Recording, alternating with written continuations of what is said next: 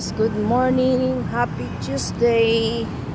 Magmarites muna tayo ngayon guys. Muna tayo, mag-chismosa. Imbes anong pasok ko ngayon is 11:30 sana.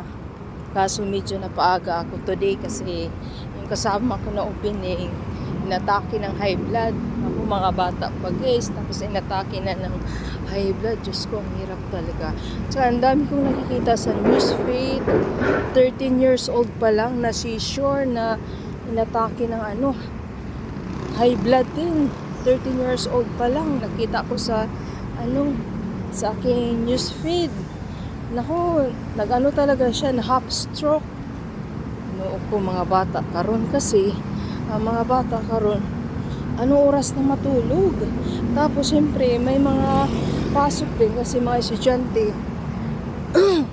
maligo diretso, di na maarawan, hindi pa kakain ng gulay, puro karne, puro noodles, puro unsa pa na diya mga kinakain na mga kan, ganun, mahilig sa mga soda, kung ano-ano. Diyos ko Lord. Kaya talaga natin sa ating anak na dapat kakain talaga sila ng masasarap na mga gulay. Hindi yung puro manok, hindi yung puro baboy, hindi yung puro instant na mga pagkain. Delikado talaga ngayon sa panahon. Kaya mga bata karon, mga bata pa lang arang daghanan ng kuan. Yung iba naman sira na yung kanilang kidney stone dahil maligi na. Lagi na lang instant lang kinakain, noodles. Kaya mahirap talaga. Kaya kailangan talaga i-assess muna natin yung mga anak natin na kumakain ng gulay. Hangat, uy. Datos Kalbaryo dire, oh. Dito tayo dadaan. Ay. Okay lang to, kaya dalang exercise. Ganda rin ang view guys, oh. Init ng panahon. Kaya dapat talaga guys, i-ano natin sa mga anak natin na kumakain ng gulay. Ayan, kumakain sila ng gulay, tapos kailangan mag-exercise, kailangan maarawan. So yung mga bata ngayon, naku, hindi na talaga naaarawan, puro na talaga gadget. Diyos ko. Kaya mga bata ngayon, ang babata pa lang na to sa 20 years old, or kaya yung iba talaga yung nakita ko talaga sa newsfeed na 13 years old pa lang na half stroke na. Kaya kailangan din talaga natin ingatan yung mga anak natin. Tapos ang kasama ko rin 18 years old pa lang, nadidibol, magdidibo pa lang.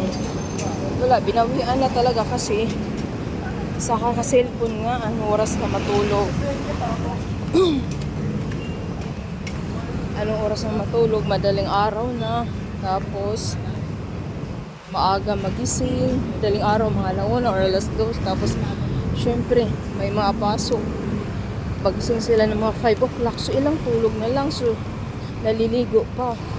Tapos ang kinakain, mga mga noodles, mga instant ng pagkain, hindi pa nakain ng gulay. Kaya wala talagang vitamin sa katawan. Kaya mahirap talaga. Kaya dapat talaga ibalik natin yung mga pagkain natin sa probinsya, yung mga yung mga duma, yung mga saging, mga kamuti. Mga batang hindi nakain ng kamuti, ilaga. Kaya pag may kamuti, kailangan pa iprito, super din, mantika. Kaya yun, hirap talaga. Kaya ingat-ingat na lang talaga sa mga bata ngayon. Huwag puro talaga sa mga gadget. Dito na tayo guys sa building B dito sa RDU. Medyo taas-taas na po niya akong pagjaw-jaw. Taas-taas na po niya akong pagjaw-jaw. bahay. Kaya wala man tayo lang ma-video. Wala na dito tayo lang ma-content. Mag-jaw-jaw na lang muna.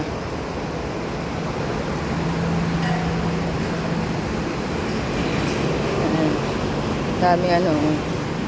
Diyan muna tayo. Mag-ano tayo dito sa Arturo. Bye. Bye-bye. Bye-bye. Bye-bye. Dito na ako.